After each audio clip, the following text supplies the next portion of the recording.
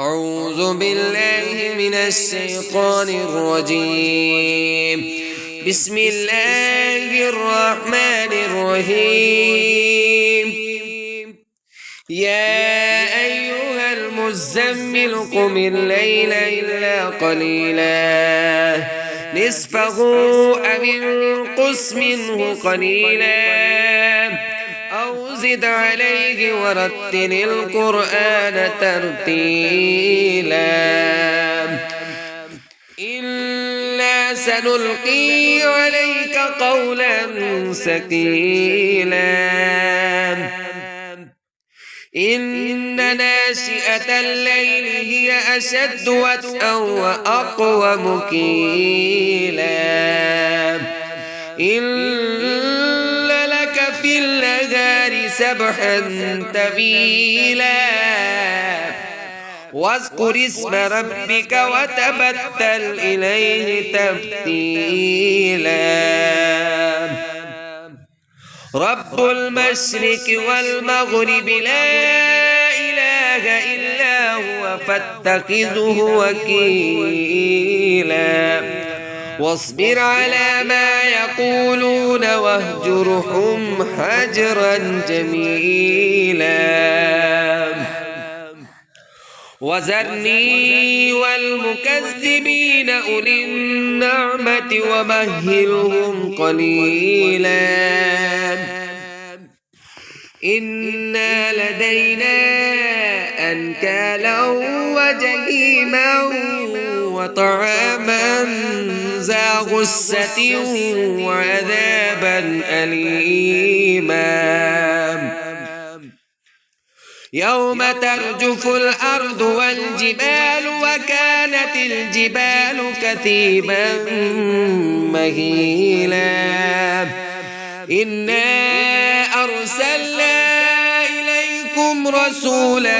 شاهدا عليكم كما أرسلنا إلى فرعون رسولا فعسى فرعون الرسول فأخذناه أخذا وبيلا فكيف تتقون إن كفرتم يوما يجعل البلدان شئبا السماء منفطر به كان وعده مفعولا إلا هذه تذكرة فمن شاء اتخذ إلى ربه سبيلا إن ربك يعلم أنك تقوم أدنى من ثلثي الليل ونصفه وثلثه وطائفة من الذين معك والله يقدر الليل والنهار علم أن لن تحصوه فتاب عليكم فاقرؤوا ما تيسر من القرآن علم أن سيكون منكم مرضى وآخرون يضربون في الأرض يبتغون من فضل الله وآخرون يقاتلون في سبيل الله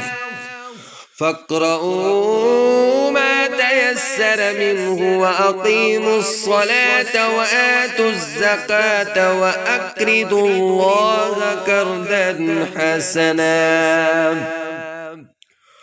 وما تقدموا لأنفسكم من خير تجدوه عند الله هو خيرا وأعظم أجرا واستغفروا الله إن الله غفور